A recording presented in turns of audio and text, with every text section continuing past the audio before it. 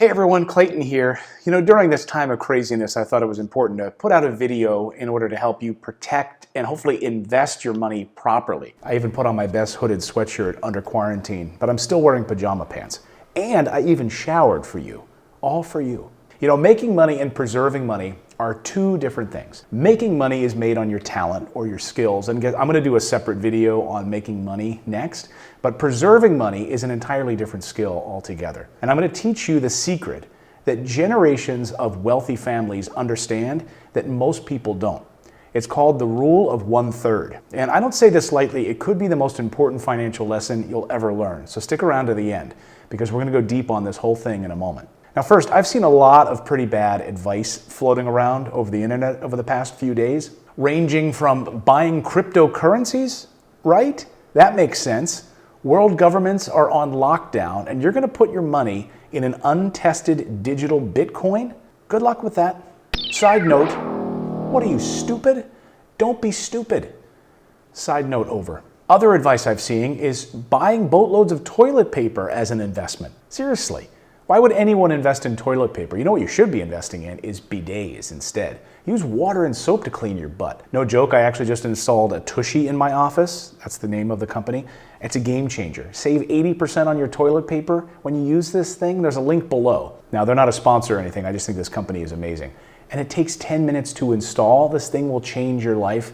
You will thank me later. Let me know if you buy one. I want to hear about it. The other advice I've heard, go out and pull all of your cash out of the bank and store it in your house. Yeah, good luck trying to pull your money out of the bank. First of all, they'll tell you to come back tomorrow so they can go and find your money. And it will also trigger a currency event at the US Treasury Department, and they will investigate you. They will. You can Google it and look it up. You could take out some cash, but just don't go crazy. So I'm going to lay out a few suggestions here in a minute that I think are much better and much more strategic than any of these other crazy ideas I've been hearing. Because I think we are on the precipice of a major shift right now. And you better be ready, folks. Stuff is about to get real, and it already is. Since we teach financial intelligence here on the channel, I thought it would be smart to give you some direction in all of this. And since I am a student of history, we need to put this in historical context. And look, if we don't learn from history, you know the cliche, right? We are doomed to repeat it. So in order to teach you the rule of thirds, I want to tell you an amazing story from Jim Rickards, his amazing book, Road to Ruin. If you haven't read it, link below, you got to read it. I read it a few years ago, but it paints a perfect picture of this rule. I'm going to transport you to the Palazzo Colonia in Italy. It's a 13th century building, and from the outside it looks nondescript, but the inside shows enormous wealth, and not just 20-year-old YouTuber wealth, where guys standing in front of a fancy car. I'm talking real wealth. Wealth that's been handed down from family member to family member for 800 years. They've managed to preserve this wealth through plagues, wars, the wars of Louis XIV, the Counter-Reformation War, the 16th Century War, the 30 Years' War, the wars of Napoleon, World War I, World War II. And look, that's just a fraction of the wars and famine they've faced. How did they survive? They did. And when the family was asked how they did it, the answer was simple. The rule of 1/3. 1/3, 1/3. That's 3/3. The secret of the family's wealth preservation was 1/3 owning real estate and land. The next third is owning gold. And the next third is owning priceless pieces of art. And true enough, this has sustained for 800 years. And guess what? This strategy works not just in Italy, but around the world. And in the middle of this Italian crisis, it will survive again. Let's look at Cuba as another example. Cubans who fled Castro's Cuba in the 1950s and 60s, they left with their gold and the deeds to their land in Cuba. They fled to Miami. Guess what? Now they're getting their land back, restoring their wealth, but they had the gold all along. And the list goes on beyond Cuba. Now, the reason this is so important is that throughout history, this formula has proven itself through famine, through wars, collapse of countries, and currency. So owning real estate, gold, and fine art is like having a Fort Knox for your family. And you're not going to hear the government tell you about gold as a safe haven. You know why? Because President Nixon took us off the gold standard in the 1970s. And the Federal Reserve moved from gold to debt. So the U.S. now operates on debt rather than gold. The Federal Reserve Chairman can't go around telling people to go buy gold.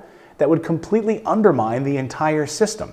That would be like the president of McDonald's telling you to go to Burger King for the best cheeseburger. The US dollar is no longer backed by anything.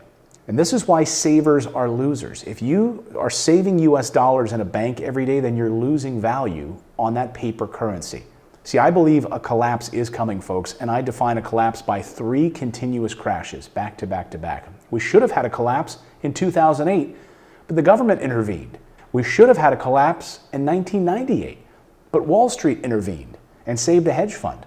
So the problem is that every time we have a crash, and the government steps in to save the day, but guess what? They never clean up the mess, and all they do is print additional money.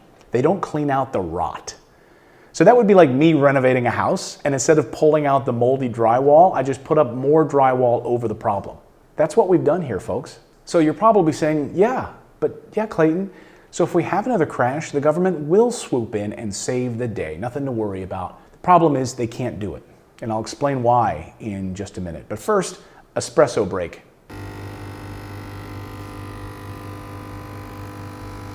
Today I'm making some iced espresso. Go ahead and smash that like button. And also subscribe if you're not a subscriber already.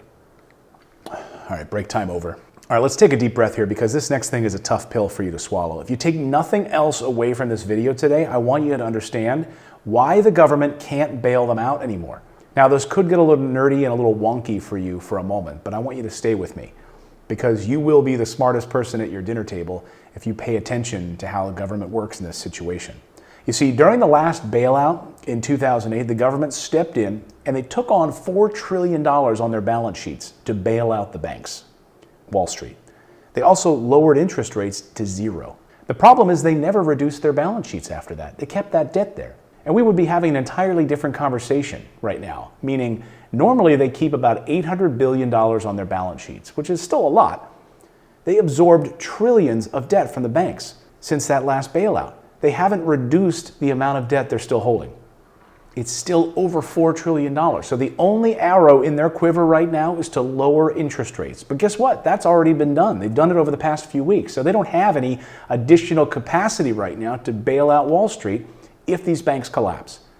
But if they had reduced that money on their balance sheets and raised interest rates back up to 2 to 3%, we'd be sitting here saying, my God, you guys are like Superman. You swooped in, and saved the world, but they didn't. Now, the reason that this is so important is because if your wealth is tied up in government currency, you're asking for trouble. Remember, all government currency has collapsed throughout human history. The US dollar is not backed by anything. It's paper, and they can print more of it anytime they want, just like they did back in 2008. And at some point, it will have to fully collapse in order to be fixed. So the question is, how do you preserve your wealth during a crisis? Well, let's look at history as the best indicator of wealth preservation. History is most important in this situation. The rule of thirds, owning 1/3 real estate, 1/3 gold and silver, and 1/3 fine art, if you're into that thing. Now, I own mostly real estate, and I'm acquiring more right now. I'm also adding more gold and silver. You should also have an emergency savings account of some cash with a high-interest savings account. My favorite high-interest savings account is in the description below. But, pick the one that works best for you.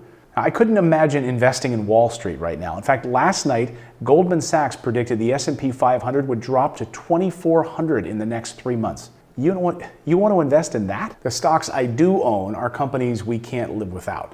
Like I mentioned recently in my market collapse video. You should check out that video.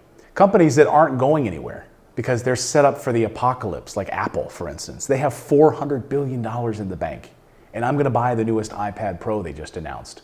Side note, did you see this thing, the new iPad? It's sexy as hell, isn't it? It's got a magic trackpad built into the new case. It's got a raised angle to it. I run my whole company on an iPad Pro. This thing is a killer machine. Daddy wants it. All right, side note over. I'm sorry, I get a little distracted sometimes. Look, we need oil, we need power, we need housing. That's not going to change. So only be investing in companies that will survive this mess, whose balance sheets don't carry massive debt. Other than that, I'd stay away from paper assets unless you enjoy pain like Bane. Leave us. No, you stay here. I'm in charge. Do you feel in charge? I think our economy will be fundamentally altered after this crisis. The US government is about to issue a massive stimulus that it can't afford. The debt level of the United States is unsustainable. So if you want to protect your wealth, remember the rule of thirds. Invest in real estate, invest in gold, and fine art. That's it. Use history as your guide and you're going to come out of this just fine. I want you to be safe out there. Go ahead and subscribe to my channel for more news on this and check out the links in the description below. So much love to all of you. Truly, truly, truly be safe.